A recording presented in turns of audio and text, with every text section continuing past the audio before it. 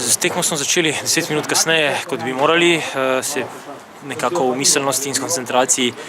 začeli funkcionirati po prvem prijetem golu, kar je bilo pa premalo in na takem srečanju, ker male stvari odločajo,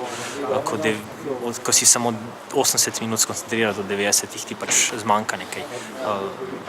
Veselim se, da smo bili blizu, da obrnemo tako tekmo v drugem polčasu, čeprav je bilo izhodišče po prvem polčasu izredno težko, ampak razočaranje obstaja, je globoko, ampak dvobojev takšnih težkih, zahtevnih bo še veliko in bomo našli pri naših igralcih rezerve in način, kako zdaj spreobrniti zadevo v Gorici in zmagati.